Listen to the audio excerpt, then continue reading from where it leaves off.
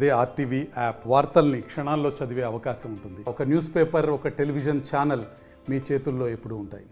ఆంధ్రప్రదేశ్లో యాంటీ కాంగ్రెస్ పార్టీగా 1983లో ఆవిర్భవించిన తెలుగుదేశం పార్టీకి నేడు 30 ఏళ్ల పాటు ముఖ్యమంత్రిగా చేసినటువంటి ఘనత ఆర్జించినటువంటి ముఖ్యమంత్రి చంద్రబాబు నాయుడు రాజకీయ అరంగేట్రం 1978లో చేసి 1995లో తొలిసారి ముఖ్యమంత్రి అయి 30 ఏళ్ల పాటు వెనుతిరగకుండా ఈరోజు ఆంధ్రప్రదేశ్ అభివృద్ధికి తనదంటూ ఒక ముద్ర వేసుకున్నటువంటి ముఖ్యమంత్రిగా ప్రపంచాన్నే ఆయన వైపు చూసేటట్టు ఉమ్మడి ఆంధ్రప్రదేశ్తో పాటు విభజన ఆంధ్రప్రదేశ్లో కూడాను ఆ పార్టీని స్థాపించినటువంటి దివంగత ముఖ్యమంత్రి, సినీ నటులు, పార్టీ వ్యవస్థాపకులైనటువంటి ఎన్టీ రామారావు తదనంతరం ఆయన వారసుడిగా ఆ పార్టీని ఈరోజు రాష్ట్రంతో పాటు దేశంలో కూడాను ఒక గుర్తింపును తెచ్చినటువంటి ఘనతను ఆర్చినటువంటి చంద్రబాబు నాయుడు 30 ఏళ్ళ ముఖ్యమంత్రి ముగించుకున్నట్టు ఈ రోజును మాత్రం ప్రతి ఒక్కరు కూడాను పండగ వాతావరణంలో ఆ కార్యక్రమం ఇస్తారు. అయితే ఆయనతో పాటు అలనాటి నుండి నేటి వరకు అత్యంత సన్నిహితులు చాలామంది కూడా ఉన్నారు.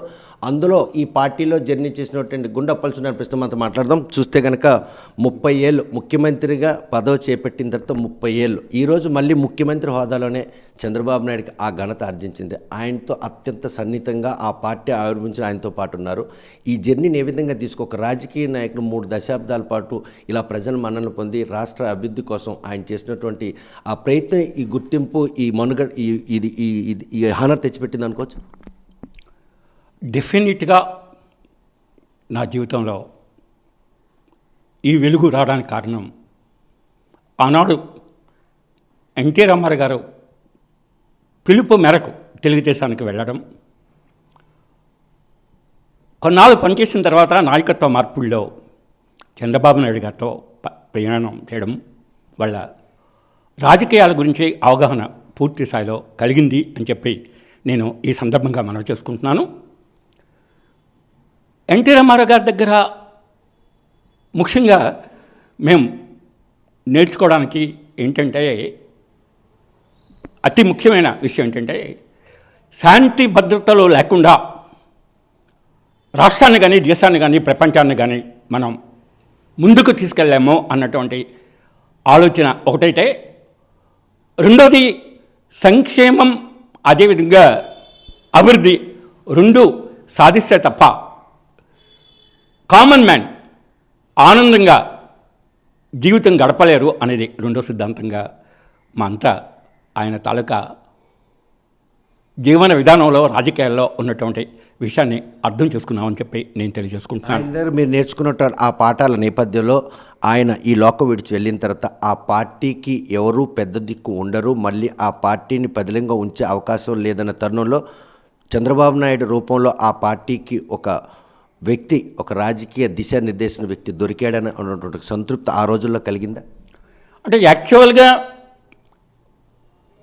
నా అదృష్టం ఏంటంటే, చంద్రబాబు నాయుడు గారు ఆవేళ మంత్రిగా చూశాను. నేను కూడా ఎన్టీ రామారావు గారి తాలూకా మంత్రివర్గంలో పనిచేశాను. ముఖ్యంగా ఇందాక చెప్పిందే మళ్ళీ రిపీటేట్ చేయడం కాదు, శాంతి భద్రత విషయంలో ఎలా ఉండేవాలంటే, ఒకసారి అసెంబ్లీ జరిగేటప్పుడు పాత హైదరాబాద్లో ఒక గలాట జరిగేటప్పుడు, ముఖ్యంగా చెప్పాలంటే కడప నుంచి కొంతమంది శాసనసభ్యుల్ని అరెస్ట్ చేయడం జరిగింది.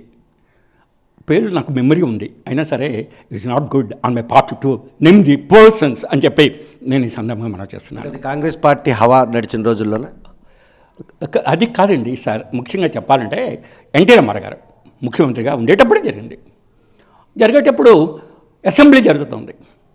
ఎన్టీ రామారావు గారి మీద విపరీతమైన ఒత్తిడి తీసుకొచ్చారు.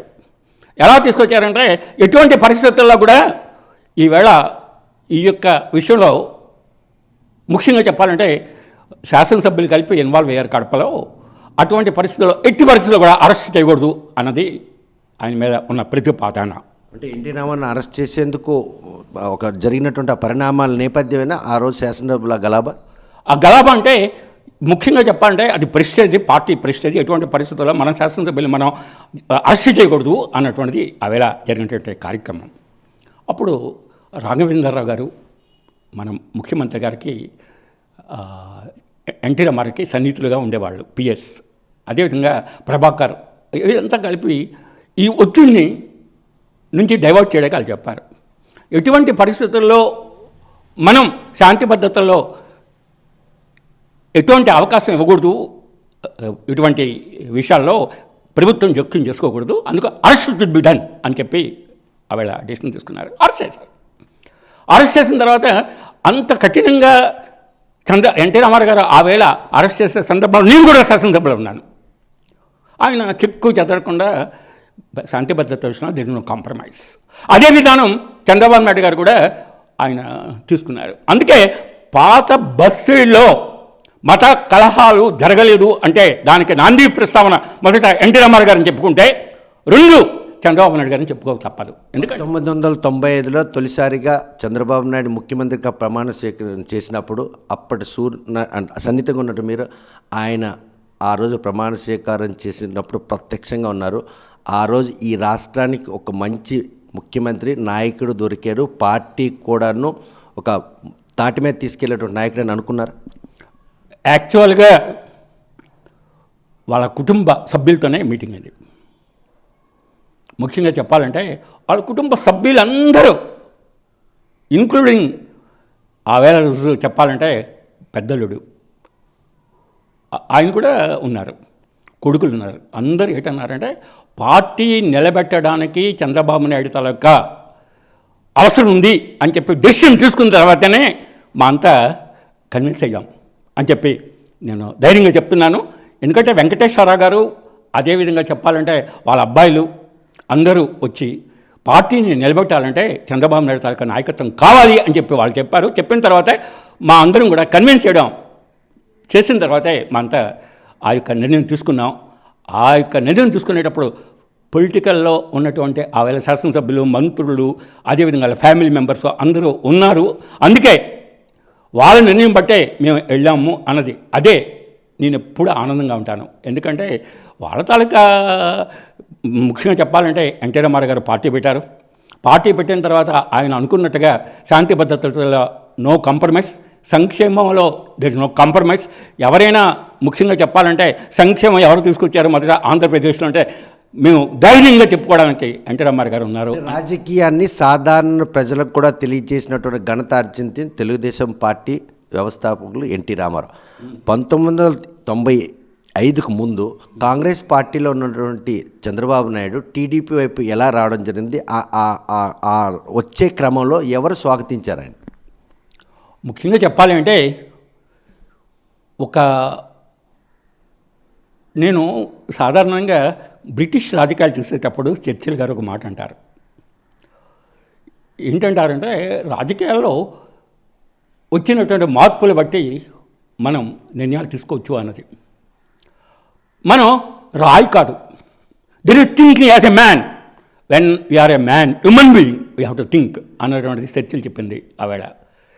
చంద్రబాబు నాయుడు గారు కూడా అంతవరకు ఆయన మీరు చెప్పేటట్లు ఒక పొలిటికల్ పార్టీలో ఉండేటప్పటికి కూడా ఆవేళ ఎన్టీ రామారావు గారి తాలూకా నాయకత్వం ఆంధ్రప్రదేశ్కి ఉండాలి అన్నటువంటి ఉద్దేశంతో ముఖ్యంగా అందరూ కలిపి ఎన్టీ రామారావు గారి వెనక అంతా చేరాము అన్నది నేను ఈ సందర్భంగా. ఆయన వచ్చారా పార్టీలోకి? ఆయన ఎవరైనా వచ్చేలా ప్రేరేపించారా చంద్రబాబు అంటే నేను ఒకటే మాట చెప్తా, ఆయన స్వయంగా అల్లుడు, వెంకటేశ్వర గారు ఆయన స్వయంగా అల్లుడు. అటువంటి పరిస్థితుల్లో వాళ్ళంతా కలిపి అనుకుని ఆయన స్వాగతించారు. ముఖ్యంగా చెప్పాలంటే ఆయన ముఖ్యమంత్రి అయ్యేటప్పుడు కూడా వెంకటేశ్వర గారు ఉన్నారు ఆ డెసిషన్లో. అదేవిధంగా చెప్పాలంటే బాలకృష్ణ గారు ఉన్నారు, అదేవిధంగా వాళ్ళ తాలూకా బ్రదర్స్ అంతా ఉన్నారు. అటువంటి పరిస్థితుల్లో ఈ యొక్క డెసిషన్ తీసుకోవడం జరిగిందంటే అందరి అభిప్రాయాల మేరకే ఈ యొక్క కార్యక్రమం జరిగింది. అప్పటి నుండి ఇప్పటి వరకు కూడాను మామకు వెన్నుపోటు పొడిచి ఈరోజు ముఖ్యమంత్రి పదవిని దక్కించుకున్న ఆరోపణ ఇప్పటికి కూడా అది ప్రతిపక్షాలు ఆరోపించుకుంటూ వస్తున్నాయి. క్షేత్రస్థాయిలో ఉన్నారు, సన్నిహితంగా ఉన్నారు, ఇది వాస్తవేనా? అంటే నేను ఒకటే చెప్పాను, you're asking critical question, but I'm ready to answer that question. ముఖ్యంగా చెప్పాలంటే వాళ్ళందరికీ ఎన్టీ రామారావు గారు అంటే భక్తి. ఎన్టీ రామారావు గారి తాలూకా కమాండ్ తో అందరూ కూడా ముందుకు వెళ్ళేవాళ్ళు. నేను కూడా మంత్రిగా ఉండేటప్పుడు ఎన్టీ రామారావు గారి దగ్గర వీళ్ళ దగ్గర ఒపీనియన్స్ అవన్నీ మేము డిస్కస్ చేసేటప్పుడు ఎన్టీఆర్ అంటే వాళ్ళకి దేవుడు. అయినా రాజకీయాల్లో వచ్చినటువంటి కొన్ని సందర్భాల్లో నాయకత్వాన్ని కాపాడుకోవడానికి డిసిషన్స్ తీసుకోవాలి. కానీ ఆయనపై చేసినట్టు ఆరోపణలుగా మనం అనుకోవచ్చా, లేకపోతే వాస్తవాలుగా పరిణామాలు తీసుకోవచ్చు వెన్నుపోటాను? మేము మాత్రం ఆయన వెన్నుపోటు అన్నటువంటి అభిప్రాయంతో మేము లేము కాబట్టి ఆయన సమర్థించాం. ఆ రోజు ఆయనతో మేము పనిచేశాము అని నేను ఈ సందర్భంగానే మనం చేస్తున్నాను. రోజు పార్టీ పరంగా కుటుంబ పరంగా ఏకాభిప్రాయ నిర్ణయం తీసుకొని 1995లో ఆయన ముఖ్యమంత్రిగా చేసినటువంటి ఆ క్షణాలు ఈరోజు 30 ఏళ్ళ పాటు ఆయన 30 ఏళ్ళ ముఖ్యమంత్రిగా ఈ జర్నీ ఇలా సాగుతుందని అనుకున్నారు అప్పుడైనా? మా అందరూ తెలుసు అండి. లేకపోతే ఆవేళ వాళ్ళ తోటల్లుడి గారు మంత్రిగా పనిచేసినటువంటి వెంకటేశ్వర గారు కూడా బలపరచని చెప్పి నేను ఈ సందర్భంగా మనం చేస్తున్నాను. అదేవిధంగా వాళ్ళ అబ్బాయిలు కూడా ఆయన సమర్థిస్తారని చెప్పి అనుకోను. వాళ్ళంతా యూనిఫామ్గా ఆ వేళ రోజు డిసిషన్ తీసుకొని మాతో చెప్పారు. మాతో చెప్పినప్పుడు అండి మీ ఫ్యామిలీ అంతా ఒక డిసిషన్ తీసుకునేటప్పుడు మాకు కూడా ఏం అభ్యంతరం లేదో అన్నటువంటి విషయం తెలియజెప్పడం జరిగింది. ఎందుకంటే సాధారణంగా ప్రతి మనిషికును ఒక డిసిషన్ తీసుకునేటప్పుడు మనకి గిల్టీ ఉండకూడదు. నేను రాజకీయ జీవితంలో ఎప్పుడు కూడా గిల్టీగా ఫీల్ అవ్వను. సూటిగా మాట్లాడడానికి ప్రయత్నం చేస్తాను. నేను సూటిగా చెప్తున్నాను. మా అంతా కలిపి ఆ వేళ రోజు వాళ్ళ ఫ్యామిలీ మెంబర్స్ అందరూ కలిపి మీటింగ్ పెట్టుకొని ఆ వేళ రోజు వయసులో హోటల్లో వాళ్ళంతా మా ముందుకు వచ్చి చెప్పిన తర్వాతే మేము గిల్టీ ఫీలింగ్ లేకుండా ఆ యొక్క డిసిషన్ తీసుకున్నాము. అంతే తప్ప ఇది మరొకటి కాదు అని చెప్పి నేను ఈ సందర్భంగా మనవి చేస్తున్నాను. అప్పటి నుండి ఇప్పటి వరకు పార్టీలో వెన్నుపోటు రాజకీయాల పరంపర కొనసాగుతుంది. 2024 సార్వత్రిక ఎన్నికల్లో ప్రస్తుతం అదే అటువంటి పరంపర ఒకటి బయటకు వచ్చింది. నమ్ముకున్న వాళ్ళందరూ కూడా నట్టేటి ముంచే పరిస్థితి టీడీపీలకు చేరింది. అలాగనుకోవచ్చా, లేకపోతే కూటమిలో భాగంగానే వీళ్ళకి ఇటువంటి అవమానం జరిగిందనుకో? నేను ఒకటే మాట నేను జీవితంలో చెప్తున్నాను సార్, రాజకీయాల్లో హోందాగా ఉండాలి. చంద్రబాబు నాయుడుగా చాలా హోందాగా ఉండేవాడు. నాకు చాలా మొట్టమొదటిసారి ఆనందం అనిపించింది వైజాగ్లో ఈవేళ లోకేష్ అన్నారు రాజకీయాల్లో హోందాగా ఉండాలి. నేను చంద్రబాబు నాయుడు ముందుగా చెప్పాలంటే ఎన్టీ రామారావు పరిపాలన చూశాను, హోందాగా చేశారు. నేను రాజశేఖర రెడ్డి తాలూకా పరిపాలన చూశాను, చాలా హోందాగా చేశాడు ఆయన.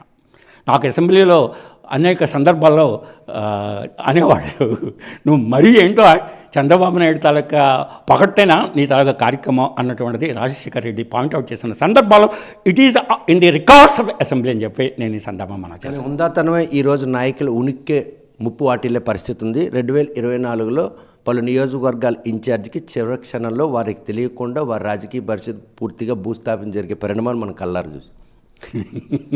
మీరు చాలా క్రిటికల్ క్వశ్చన్స్ చేస్తున్నారండి. అయితే నాకు రాజకీయాల్లో మున్ముందు ఏదో క్రియాశీలక రాజకీయాల గురించి ఆశలు లేవు కాబట్టి ఇట్ ఈజ్ చెప్తున్నాను, న్యాయశాస్త్రంలో డైయింగ్ డిక్లరేషన్ అంటారు. చనిపోయేవాడు డైయింగ్ డిక్లరేషన్ చెప్పేటప్పుడు నమ్ముతారు. అలాగే నాకు రాజకీయాల ఆశలు లేవు కాబట్టి నేను డైరెక్ట్గా చెప్పడానికి నేను ప్రయత్నం చేస్తున్నానండి. మీ క్వశ్చన్ని మీరు అడిగిన ప్రశ్న ఏంటంటే, ముఖ్యంగా చెప్పాలంటే అంతా ఆవేలనుకున్నాం. అంటే ఉందాగా వ్యవహరించిన వాళ్ళు ఉనికి ఇటువంటి ముప్పు వాటిల్తున్నటువంటి ఇన్నేళ్ళ పార్టీలో ఇంకా ఆ మూలలు ఆ తొలినాటి నుండి ఇప్పటి వరకు ఇంకా పదిలింగి ఉన్నట్టే కనిపిస్తుంది ఈ పరిణామం. నాకు అన్యాయం జరిగిందంటే నేను చంద్రబాబు నాయుడుతో ఓపెన్గా చెప్పాను సార్. అద్వానీకి రాజకీయంలో ఎలా జరిగిందో నాకు కూడా అలాగే జరిగింది అన్నాను. అన్నప్పుడు నాకు చంద్రబాబు నాయుడు గారు చెప్పారు, కొన్ని విషయాల్లో మనం నీకు తెలియదు ఏంటి, సీనియర్ మ్యాన్వి, మనం సహించాలి అన్నటువంటి విషయం చెప్పేటప్పుడు నేను మౌనంగా ఉంటాను సార్. ఎందుకంటే పార్టీకి ఎటువంటి పరిస్థితుల్లో కూడా నేను ద్రోహం చేయనండి. అందుకే నా వైసీపీ వాళ్ళు ఈవేళ ఇండిపెండెంట్గా పోటీ చేస్తే మీకు కావాల్సినటువంటి వనరులు సమకూరుస్తాం అన్నారు. అదేవిధంగా నాకు ఏదైనా ఒక ఎంపీ కానీ ఏదైనా ఆశ ఉంటే చెప్పండి, పోటీ చేయమన్నారు. ఆ యొక్క నేను చెయ్యనండి. పార్టీకి ఎటువంటి పరిస్థితుల్లో కూడా దెబ్బతీయను, ఎందుకంటే మీ నాయకత్వం మీద నాకు నమ్మకం ఉంది అని నేను. అలా నమ్మకం ఉన్నప్పుడు ఈరోజు 2024 సార్వత్రిక ఎన్నికల్లో ఓటు వేయలేకపోయిన ఆవేదన మిగులుతుంది, మీకు బాధ అనిపిస్తుంది? మీరు అడిగేది చాలా క్రిటికల్ క్వశ్చన్ అండి.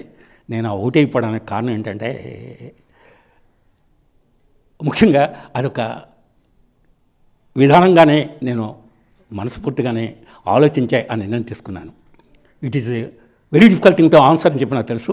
అయితే ఈవేళ ఎన్నికల్లో కూడా చట్టంలో కూడా ఒకటి ఉంది, ఏంటంటే మనకి ఇష్టం ఉంటే ఓటేయచ్చు, లేకపోయినప్పుడు మనం కానీ విధానంలో మనం ఏ పొలిటికల్ పార్టీకి వేయకుండా ఓటేసే విధానం ఉంది. నాకు నిజంగా చెప్పాలంటే ఆ వేళ చంద్రబాబు నాయుడు గారితో చెప్పాను నాకు అన్యాయం జరిగిందని. ఎందుకు అన్యాయం జరిగిందంటే దానికి కారణం అంటే హిస్టారికల్గా చెప్పాలంటే ముళ్ళుకు ముళ్ళుతో తీయాలి. మీరు అందుకోసమే లాస్ట్ టైం అడిగేటప్పుడు మీరు ఒక ఇంటర్వ్యూలో చాలా ధైర్యంగా చెప్పాను, ముళ్ళుకు ముళ్ళు. ఎందుకంటే ఆవేళ నాకు ప్రశాంత్ కిషోర్ అన్న, రాబిన్ శర్మ అన్న నాకు చాలా కోపం. ఎందుకంటే రాజకీయాల్లో ప్రశాంత్ కుమారు, అదేవిధంగా చెప్పాలంటే రాబిన్ శర్మ, వీళ్ళంతా కలిపి గెలుపుక అవకాశాల గురించి వాళ్ళు ఇచ్చిన సజెషన్స్ చెప్పాలంటే క్లాసిక్ సజెషన్స్ మాత్రం కావు. నేను ధైర్యంగా చెప్తాను, ఎందుకంటే నాకు రాజకీయాల్లో రేపు స్థానం ఉన్నా లేకపోయినా పర్వాలేదు. ఎందుకు క్లాసిక్ ఎగ్జాంపుల్స్ కావంటే ప్రతిదానికి స్కూల్ ఉండాలి, థాట్ ఉండాలి. క్యాపిటల్కి కావాలంటే స్కూల్ ఆఫ్ థాట్ చెప్పాలంటే యాడమ్ స్మిత్. మార్క్సిజంకి స్కూల్ ఆఫ్ థాట్ కావాలనుకుంటే మనం చెప్పాలంటే మన కమ్యూనిజం ఎలా వచ్చింది, ఇవన్నీ చరిత్ర చెప్పినటువంటి. 30 ఏళ్ళుగా ముఖ్యమంత్రిగా ఘనత ఆర్జించినటువంటి చంద్రబాబు నాయుడు ఈరోజు 95 మొదలుకొని 2024 వరకు ఆయన ఈ 30 ఏళ్ళ జర్నీలో ఈ ఆంధ్రప్రదేశ్, ఉమ్మడి ఆంధ్రప్రదేశ్గా విభజన ఆంధ్రప్రదేశ్లో ఆయన తనదంటూ ఒక మార్క్ వేసుకున్నారంటే అప్పల్ సున్నాని ఏం చెప్తారు? వేసుకున్నారు. వేసుకున్నప్పుడు కూడా మీరు ఆయన చాలా ఇదండి, ఆయన అధికారంలోకి వచ్చిన తర్వాత తాపత్రయంతో 2020 విజన్ ఆయన పెట్టాడు. ఆ విజన్ డాక్యుమెంట్ అయితే ఎవరైనా సరే ఇన్స్పైర్ అవుతారు. ఆయన విజన్ డాక్యుమెంట్ వల్లే ఈవేళ చెప్పాలంటే అమెరికా లాంటి దేశంలో భారతీయుల తాలూకా పర్సెంటేజ్ ఒక్కసారి చూస్తే 1% అమెరికన్ రాజకీయాల్లో కూడా శాసిస్తున్నదంటే ఆయన సర్వీస్ రంగంలో ఈ రకంగా మన యువతను తీసుకెళ్ళి human force to be used అన్నటువంటి ఉద్దేశంతో ఆయన తీసుకున్నటువంటి విజన్ అని చెప్పి నేను ఈ సందర్భంగా ఆ రోజు విజన్ 2020 అన్నప్పుడు అపహాస్యం చేసిన వారంతా కూడాను ఈరోజు ఆయన ఆశయ సాధనలో అది ఎంతగానో దోహదపడింది. రేపు విజన్ 47 అన్న దిశగా ముందుకు వెళ్తున్నాడు ఆయన. ఇది కూడా ఆయన సక్సెస్లో అది కూడా భాగస్వామ్యత ఆయన జోలికి వస్తుంది, అది ఆయన జోలిలోకి వస్తుంది అనుకుంటున్నాను. ఎందుకంటే 2020 విజన్ ఫెయిల్ అయిపోవడానికి కారణం ఏంటంటే ఆ విజన్తోనే నేను మా అబ్బాయిని కూడా చదివించాను సార్. ఈవేళ అమెరికాలో మా అబ్బాయి commissioner vice chairman for the entire California state అని చెప్పి నేను గర్వంగా చెప్పుకుంటున్నాను.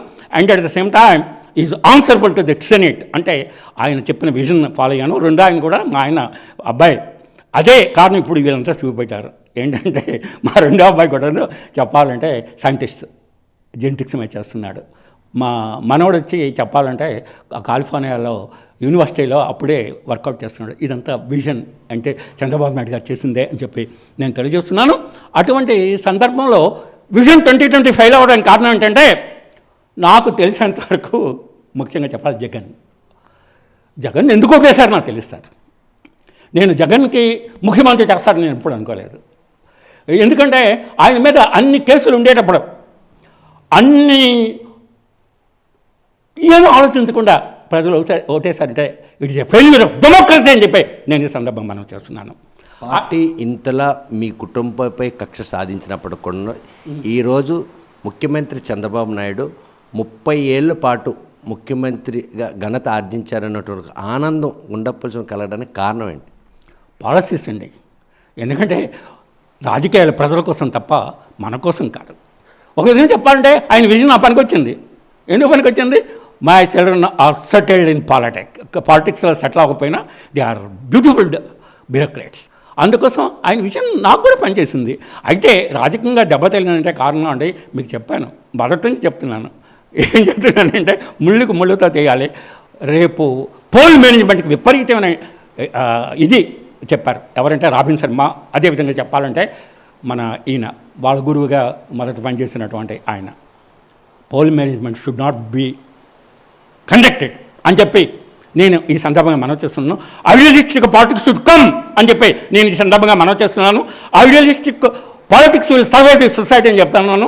అదే సందర్భంలో ఈ పోల్ మేనేజ్మెంట్ అని చెప్పి అస్తవ్యస్త పరిస్థితులు తీసుకొచ్చినటువంటి ప్రశాంత్ కిషోర్ అన్న రాబిన్ శర్మన్న నాకు చాలా కోపం, అంతేగాని చంద్రబాబు నాయుడు మీద నాకు కోపం లేదు. ఎందుకు కోపం లేదంటే కారణం ఆయన వాళ్ళు ఇచ్చినటువంటి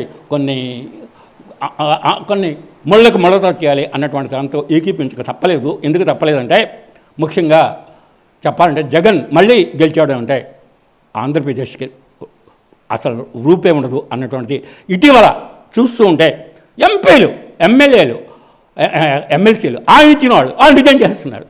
అంటే రేపు జగన్ పార్టీ ఉండదు. ఆ విషయం నేను చంద్రబాబు నాయుడుతో చెప్పాను. 2024 ఎన్నికల్లో కూటమి ప్రభుత్వం కొలువు తీరడానికి ఎవరు నాంది అంటే అప్పల్సిన ఏం చెప్తారు? నేను ఒకటే చెప్తా సార్, మొత్తం మీద చెప్పాలంటే పవన్ కూడా బ్రహ్మాండంగా చేశాడు సార్. అందరూ బాగా యాక్ట్ చేశారు సార్. ఎందుకంటే ఆ వేళ ఎమర్జెన్సీ పెట్టేటప్పుడు దాన్ని రక్షించడానికి అని చెప్పి జయప్రకాష్ నారాయణ వీళ్ళంతా మొత్తం కలిసిపోయారు, ఆల్ పొలిటికల్ పార్టీస్ కలిసిపోయాయి. అలాగే మొన్న కూడా చెప్పాలంటే కూటమి అందరూ కలిసిపోయారు. ఎందుకంటే అందరూ కూడా కామన్ శత్రువుగా జగన్మోహన్ రెడ్డిని తీసుకున్న జరిగింది. అందుకే నేను చెప్తున్నాను, నాకు టెంప్ట్ చేశారు ఇండిపెండెంట్ పోటీ చేయమన్నా సరే ఎటువంటి పరిస్థితుల్లో కూడా ఈ ఓటు చేయకూడదు అన్నది. నేను ఇండిపెండెంట్గా పోటీ చేయలేదు. అదేవిధంగా చెప్పాలి, నా పదవి కావాలంటే మీరు పోటీ చూసుకోండి ఇస్తామంటే అది కూడా నేను తీసుకోలేదు. అయితే మౌనంగా ఉన్నాను అంటే కారణం ఏంటంటే నేను దీన్ని వ్యతిరేకించాను. శాంతి భూషణ్ అన్న, రాబిన్ శర్మన్న నాకు గొప్ప కోపం. They will give priority to poll management దాని ఆఫ్ ఐడియాలజీ షుడ్ ప్రొవైడ్ అని చెప్పి నేను ఈ సందర్భంగా మనవి చేస్తున్నాను. అప్పల్సిన నెక్స్ట్ ఏంటి అంటే ప్రజలకు ఏం సమాధానం? నెక్స్ట్ ఏంటంటే మన ముళ్ళుతో తీయడం అనేది జరిగింది.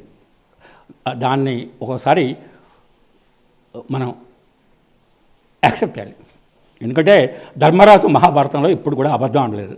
అయితే అశ్వత్థామ అయినప్పుడు అశ్వత్థామ అతహతహ అంటూ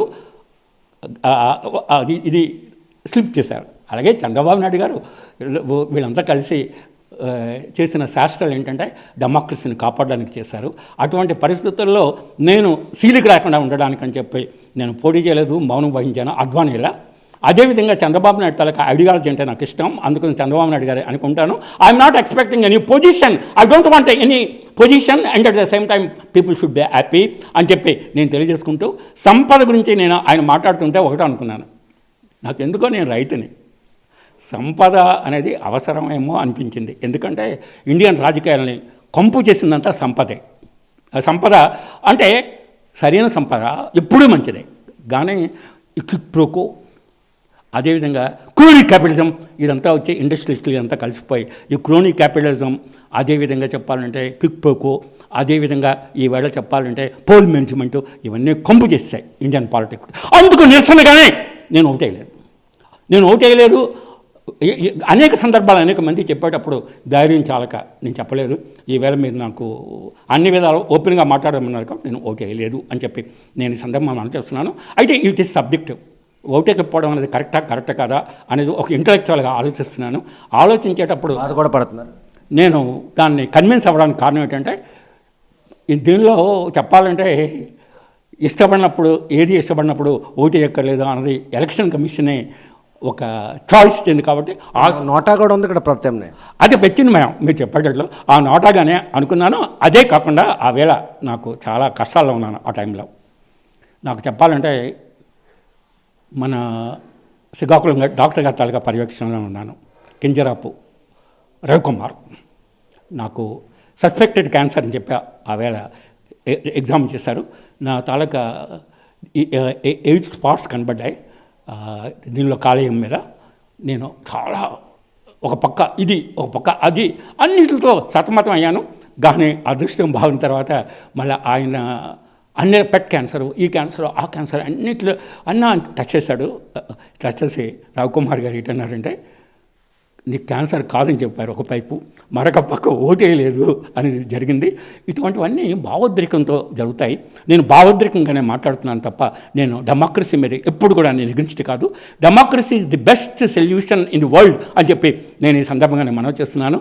ఎందుకంటే చాగ్గా గడు కూడా ఒక మాట చెప్తారు, ఎందుకంటే కొద్దిగా లేట్ అయినా ముఖ్యంగా చెప్పాలంటే democracy will give good results. అని చెప్పి, అదేవిధంగా ఎకనామిక్ రిఫార్మ్స్ కూడా గుడ్ రిజల్ట్స్ ఇస్తాయన్నది ఇటీవల జీడిపి ఇవన్నీ చూసేటప్పుడు నాకు అర్థమైందని చెప్పి నేను ఈ సందర్భంగా మనవి చేస్తున్నాను. అటువంటి పరిస్థితుల్లో నేను ఆన్సర్ చేయలేని క్వశ్చన్ ఎందుకు ఓటేయలేదనేది ఈవేళ డైరెక్ట్గా మీకు చేయడానికి కారణం ఏంటంటే అదొక విధానం అంటే నాకు కోపాన్ని కలిగించింది. ఎందుకంటే ముఖ్యంగా ప్రశాంత్ కిషోరు, అదేవిధంగా ఆయన శిష్యుడు రాబిన్సన్ మా, దాంతోపాటు జోనల్ కోసం అని చెప్పి మాకు శ్రీనివాసరావు రెడ్డిని వేశారు. ఆ శ్రీనివాసరావు రెడ్డి గారి తాలూకా మాటలు ఈవేళ కూడా నాకు గుర్తున్నాయి. అయితే నేను బ్లాక్ మెయిలర్ని కాను, అందుకోసం ఆ శ్రీనివాసరావు రెడ్డి ఏం మాట్లాడాడు అందే నేను రికార్డ్ చేయను. అదేవిధంగా రికార్డ్ చేయడం అనేది నాకు జీవితంలో తెలియదు. అదే సందర్భంలో ఆ విషయాలు కూడా నేను బహిర్గతం చేయను. It is a secret document which should not be revealed అని చెప్పి నేను ఈ సందర్భంగా మనవి చేస్తూ, ఏది ఎట్లయినా చంద్రబాబు నాయుడు గారు నా ఆవేశాన్ని అర్థం చేసుకొని, నా మనస్తత్వాన్ని అర్థం చేసుకొని, అదేవిధంగా మా శివాజీ గారు, అదేవిధంగా గౌతు శిరీష గారు ఆ ఇంటి దగ్గర బస్సులో మాట్లాడడానికి అవకాశం ఇచ్చిన సందర్భంలో నేను చాలా ఫడ్డెడ్ అయిపోయానండి. అందుకోసం నేను మౌనంగా అధ్వానేలా వెళ్ళిపోతానని చెప్పాను. వైజాగ్ వెళ్ళిపోయాను. 45 రోజుల పాటు ఎవరితో ఫోన్లో మాట్లాడలేదు. నేను వైజాగ్లో ఉండిపోయాను ఈ 2 సమస్యల వల్ల. ఇక ఓటు వేయడం కరెక్టా కాదా అంటే నోటాలా వ్యవహరిద్దామని చెప్పి నేను ఆ డిసిషన్ తీసుకోవడం జరిగింది. దాన్ని రేపు ఫ్యూచర్ జనరేషన్స్ విల్ డిసైడ్ నేను తప్పు చేశానా తప్పు చేయలేదని. ఎవ్రీథింగ్ విల్ బి సబ్జెక్ట్ అని చెప్పి జీవితంలో కనుక్కుంటూ నేను ఒకటే చెప్పి acceptance is right, non acceptance is wrong అనేది నా తాలూకా ఆలోచన చెప్పి, మరి నా హృదయం అది కరెక్ట్ అని చెప్పింది కాబట్టి యాక్సెప్టెన్స్ ఇస్ రైట్ అనుకుంటున్నాను. ఇంకెవరైనా సరే డెమోక్రసీలో ఇంత సీనియర్ మ్యాన్ ఆయన ఓటేయలేదు అని అనుకుంటే నాన్ యాక్సెప్టెన్స్ రాంగ్ అంటే దాన్ని కూడా నేను తప్పుగా పట్టను. అందుకోసం ఎవ్రీథింగ్ ఇస్ సబ్జెక్టివ్. నా పరంగా నేను ఆలోచించుకుంటే ఓటేయకపోవడం అనేది ఆ వేళ ఆ సిచ్యువేషన్లో కరెక్ట్. అదేవిధంగా ప్రజానీకం నన్ను సపోర్ట్ చేసినా పర్వాలేదు, సపోర్ట్ చేయకపోయినా పర్వాలేదు, కానీ నేను అటువంటి డెసిషన్ తీసుకోవడం మాత్రం నాకు చాలా రాజకీయంలో క్రిటికల్గా పెట్టినా నేను భయపడను. ఎందుకంటే నా ఫ్యూచర్ పాలిటిక్స్ నాకు అవసరం లేదు. ఎందుకంటే నేను ఎప్పుడు కూడా పాలిటిక్స్కి వచ్చిన తర్వాత నా ఆస్తులు పోగొట్టుకున్నాను, అంతే తప్ప నా ఆస్తులు పెంచుకోలేదు. నాకు వచ్చిన ఆస్తి అంతా నేను రికార్డు అడిగిస్తాను. ఈవేళ నా తాలూకా ఆస్తి తాలూకా రికార్డు ఇస్తాను. If anything is more than that of నా ఒరిజినల్ ప్రాపర్టీ, నాకు మా తాతయ్య గారు ఇచ్చిన ఆస్తి కంటే ఎక్కువ ఉంటే I will surround my property, I will surround my property. If anybody comes వచ్చి నా పాత ఆస్తి, మా తాతయ్య గారు ఇచ్చిన ఆస్తి, అదేవిధంగా ఇప్పుడు నాకున్న ఆస్తి తగ్గిందా ఇచ్చిందా అన్నది బేరీ చేసి మాత్రమైనా సరే నాకు డిస్ప్రపోర్షనేట్ అసెట్స్ ఉన్నాయి అన్నటువంటిది అంటే నేను అది గవర్నమెంట్కి సరెండర్ చేస్తాను అని చెప్పి ఇదొక్కటే నా తాలూకా ఆన్సర్ తప్ప, ఇదొక్కటే నా స్పిరిట్ తప్ప ఓటు వేయడం కరెక్ట్ కాదనేది నేను ఇంకా డెసిషన్ తీసుకోలేకపోతున్నాను. ఎందుకంటే ఒక్కొక్కసారి భావోద్రేకంతో మనం తీసుకున్న నిర్ణయంగా నేను అభివర్ణిస్తున్నాను. అదే సందర్భంగా నేను democracy is the best form of government అనేది నేను ఈ సందర్భంగా తెలియజేసుకుంటూ, ముఖ్యంగా చంద్రబాబు నాయుడు గారు ఇటీవల లోకేష్ గారు చెప్పిన దాంతో నేను ఏకీపిస్తున్నాను. సంపద అనేది అవసరమే. ఈ సంపద గురించి కూడా నేను రైతుగా చూస్తాను. పాలు అందరికీ అవసరమే. ఆ పాలు అనేవి నల్ల ఆవు ఇస్తాయి, ఇచ్చినవి తెల్లగే ఉంటాయి. అదేవిధంగా తెల్ల ఇచ్చినవి అలాగే ఉంటాయి, ఎర్ర ఇచ్చినవి అలాగే ఉంటాయి. కానీ పాలు చాలా అవసరం. అందుకోసం అనమాట ఆ విధంగా నేను ఆలోచించుకున్నప్పుడు నాకు అనిపిస్తుంటుంది, సంపదని తెల్లావు పాలుగానే మార్చాలి తప్ప ఈ క్రోనీ క్యాపిటలిజం, అదేవిధంగా ఈ యొక్క క్విక్ ప్రోకో వల్ల వచ్చేటప్పుడు దీనికి పడి ప్రజలు సరైన నాయకుడిని ఎన్నుకోపోయినప్పుడు ఫలితాలు ఎలా ఉంటాయి అనేది మనం అర్థం చేసుకోవాల్సి ఉంది అని చెప్పి నేను ఈ సందర్భం మనం చేస్తూ, ఈ 47 తాలూకా ఏజెంట్ గురించి మీరు అడిగారు. డెఫినెట్గా మళ్ళీ ప్రజానీకం ఈ యొక్క పోల్ మేనేజ్మెంట్కి లొంగి కొంత పర్సెంటేజ్ అయినా ఓటర్స్ డబ్బులు కోటేస్తారని మందు కోటేయకుండా వచ్చే ప్రజాస్వామ్యం వచ్చేటప్పుడు ఇంకా క్లారిటీ వస్తుందని చెప్పి నేను ఈ సందర్భం మనం చేస్తూ, మీరు చంద్రబాబు నాయుడు ఒకే సంవత్సరం పుట్టారు, రాజకీయాలుగా ఒకేలాగా ఆలోచిస్తుంటారు, నిజమేనా? ఒకే ఆలోచన, కానీ నేను నాది ఎలా ఉంటుందంటే చాలా ఎమోషనల్గా ఉంటుంది. ఆయన ఎమోషన్తో పాటు ఆలోచించి ప్రజలకు అవసరం ఏమిటట్లో ఆయన ఆలోచిస్తారు. నేను కాస్త ఎమోషనల్గా పోతుంటాను. ఆ ఎమోషనే నాకు దెబ్బతీసిందని నాకు తెలుసు. కానీ నేను ఎవరు పందా వాళ్ళది. ఏదైనా ఆయన ఈవేళ రాష్ట్రానికి దేశానికి పనికొచ్చారు. నేను అంత పనికి రాకపోయినా నా వరకు నేనైనా సరే పూర్తిగా అధ్యయనం చేసుకోగలిగాను. అందుకు నాకు సంతోషంగా ఉందని చెప్పి నేను ఈ సందర్భంగా తెలియజేసుకుంటున్నాను. చూస్తే ప్రస్తుతం 1995లో ముఖ్యమంత్రిగా పదవి చేపట్టినటువంటి చంద్రబాబు నాయుడు తెలుగుదేశం పార్టీకి దిశానిర్దిశ ఉంటుందా లేదన్నటువంటి అగమ్య గోచరం ఉన్నటువంటి కష్టకాలంలో ఆయన మంత్రి పదవి చేపట్టారు. అప్పట్లో పార్టీ సభ్యులతో పాటు కుటుంబ సభ్యులందరూ కూడా ఏకాభిప్రాయంతోనే ఆయన ముఖ్యమంత్రిగా ప్రకటించారు. చంద్రబాబు నాయుడు తోటలైనటువంటి దగ్గుపాటి వెంకటేశ్వర గౌడను బలపరచడం జరిగింది. అయితే అప్పట్లో మాత్రం మామకు వెన్నుపోటు పొడిచి ముఖ్యమంత్రి పదవిని దక్కించుకున్నారన్న ఆరోపణలు మాత్రం అప్పల్సునని పూర్తిగా తప్పుపడుతున్నారు. అది కేవలం ఆరోపణలు మాత్రమే. కుటుంబం సభ్యులతో పాటు పార్టీ నాయకులందరూ కూడాను ఏకాభిప్రాయంతో ఆయన ముఖ్యమంత్రిని చేశారు. 30 ఏళ్ల పాటు ఉమ్మడి ఆంధ్రప్రదేశ్తో పాటు విభజన ఆంధ్రప్రదేశ్లో ముఖ్యమంత్రిగా ఉండి ఘనతార్జించినటువంటి చంద్రబాబు నాయుడు ఆలోచన సరళి విజన్ 2020 కాకుండా రేపు భవిష్యత్తులో కూడా విజన్ 2047 విజన్ను కూడా ఆయన ఎట్టి పరిస్థితుల్లో కూడాను అంటే ఆచరించి తీరుతారు. ఇందులో ఎటువంటి అతిశయోక్తి లేదు. తెలుగుదేశం పార్టీకి పెద్ద దిక్కు కోల్పోయారన్న ఆవేదన పడుతున్న తరుణంలో చంద్రబాబు నాయుడు రూపంలో 1995లో ఈ రాష్ట్రానికి ఆయన ముఖ్యమంత్రి కావడం, ఉమ్మడి ఆంధ్రప్రదేశ్ అభివృద్ధితో పాటు విభజన ఆంధ్రప్రదేశ్ అభివృద్ధిలో కూడా తనకంటూ ఒక మార్క్ వేసుకోవడానికి ఆయన ఆలోచన సరళి ఆయనకి అది తోడ్పడింది అంటున్నారు. తన సన్నిహితుడిగా ఉన్నటువంటి చంద్రబాబు నాయుడు ఈరోజు ఆ ఘనతను ఆర్జించడం మాత్రం తనకు చాలా ఆనందాన్ని ఇస్తుంది. 2024 సార్వత్రిక ఎన్నికల్లో తమ కుటుంబానికి టిక్కెట్ ఇవ్వకపోయినా కూడాను ఏదైతే anti YSR Congress party vote ఉందో అది చీలకుండా ఉండాలనే ఉద్దేశంతోనే క్రియాశీలక రాజకీయాల నుండి తప్పుకొని ఓటు వేయాలన్నటువంటి ఆలోచన ఉన్నప్పటికీ ఆరోగ్య సమస్యలు వెంటాడడంతో పాటు అప్పటిలోనున్నటువంటి ఆ అనిశ్చిత మాత్రం ఓటు వేయలేకపోయిన దిగులు నాకు ఇప్పుడు కూడా వెంటాడుతుందని అప్పల్సరి నన్ను మదనపడుతున్నారు. ఏదేమైనా కూడా ఆంధ్రప్రదేశ్కి మాత్రం 30 ఏళ్ల పాటు ముఖ్యమంత్రిగా ఉన్నటువంటి చంద్రబాబు నాయుడు ఆర్జించినటువంటి ఆ ఘనతలో తాను కూడా భాగస్వామి.